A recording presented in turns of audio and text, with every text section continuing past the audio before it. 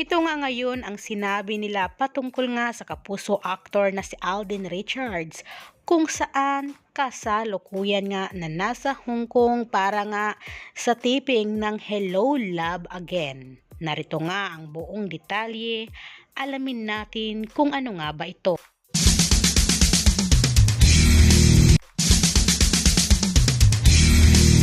Super busy na nga at talagang sinimula na nga ang taping or shooting nga ng Hello Love Again. At syempre guys, Hello Love Goodbye sa Hong Kong nga at doon talaga ang magsimula ngayon ang shooting sa Hong Kong.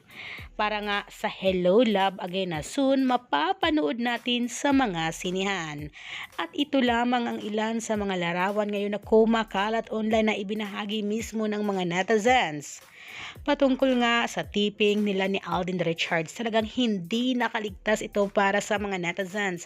Super sikat naman talaga ang nag-iisang Alden Richards. Siyempre, dyan kasi ginanap sa Hong Kong ang Hello Love Goodbye. O ayan ang mga larawan, super gwapo at pogi talaga ng nag-iisang Alden Richards. Siyempre, kasama na rin niya ang kanyang mga co-star sa Hello Love Again na sila Joris Gamboa at si Jeffrey.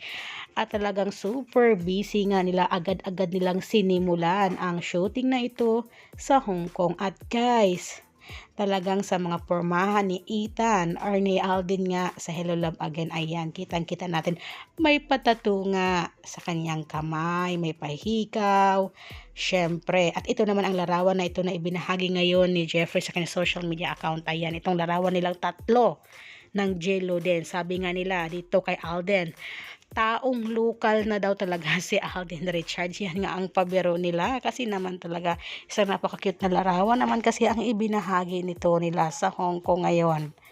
At sabi nga dito sa caption na inilagay, kung may batang Quiapo, syempre may batang Hong Kong. O, di ba? Sabi naman ni Joris Gamboa, mukhang local na si Alden Richards dito. Ayan, guys. At sinundan naman ni Kay. Sabi niya, hitsuran yung tatlo. Diyan, ayan. Super enjoy na enjoy talaga. Tuwang-tuwa sila sa tatlo na ito. At guys, ito nga ang dapat nating abangan, Hello Love Again. Syempre, pinagbibidahan ni Alden Richards at Catherine Bernardo or ng Cat Dance. Sigurado akong excited na ang lahat at sabik ng kiligin muli dito nga sa Hello Love Again. Kayo ba guys, isa rin ba kayo sa excited na mapanood nga soon ang Hello Love Again? Kaya huwag nakalimutan, magkomento na kayo.